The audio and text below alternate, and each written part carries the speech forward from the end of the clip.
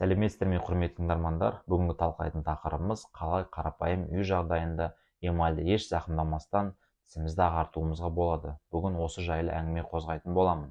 Видеоның соңында мен сіздерге рецептпен бөлісетін боламын, қалай үй жағдайында тісімізді ағартамыз осы жайлы. Сол себепті видеоның соңына дейін көруге кеңес беремін. Жалпы тісіміз сары болатын болса, бұл біздің самооценкамызды түсіруі мүмкін, және де күні бойы күліп жүруімізге де қатты әсер етуі мүмкін. Сол себепті тісіміздің ақ болуы және де таза болуы ол бізге қосымша сұлулық сыйлайды. Қазір мен сіздерге тістің сарғаюының негізгі себептерін айтып өтетін боламын. Ең бірінші ол темекі шегу, яғни темекі шегетін адамдарды байқасаңыз, тістері сарғыштау болып келеді. Және де насыбай ататын адамдар. Насыбай ататын адамдардың тісі сарғыштанып тұрмақ, олардың түсі қоңыр сарғыш түске дейін боялған болып келеді.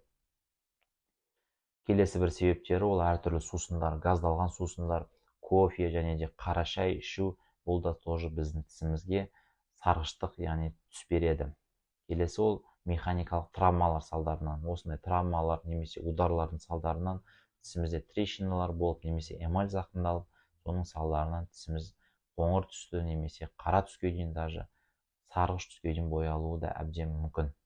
Және де әртүрлі дәрілік препараттар, мысалы үшін антибиотиктер, соның ішіне тетрациклин. Именно осы препарат біздің тісіміздің сарғаюына әсер етеді. Және де келесі ол фтор, яғни фторы бар әртүрлі пасталарды көбірек қолдану. Мысалы үшін фтордың екі зияны және пайдасы бар. Оның пайдасы ол біздің тісіміздегі кариестің ары қарай өсіп дамуын тоқтатып, немесе кариестің көзін жоюға көмектеседі осы фтор. Ал оның зияны, егер ағзада тісімізде фтор көбейіп кететін болса, тісіміз қара қоңыр түсті немесе қоңыр сарғыш түске дейін боялуы әбден мүмкін. Сол себепті именно паста қолданар кезде желательно фторсыз қолданған абзал. Жалпы қазіргі уақытта стоматология барлық жерде, яғни доступен былай айтқан кезде адамдарға. Но бірақ халқымыздың көбісі ол именно стоматологияға барып тісін ағартқылары келмейді. Ақшалары жоқ болуы мүмкін, немесе эмальді құртады деген сияқты бір қорқыныш болуы мүмкін. Сол себепті осындай қарапайым үй жағдайында қалай тісті ағарту керек, осындай әдіспен бөліскім келді. Ол үшін бізге кокосовое масло керек, яғни егер кокосовое масло жоқ болса, онда миндальное масло да тоже болады. Сосын гималай тұзы. Егер гималай тұзы жоқ болса, онда ас тұзы да бола береді.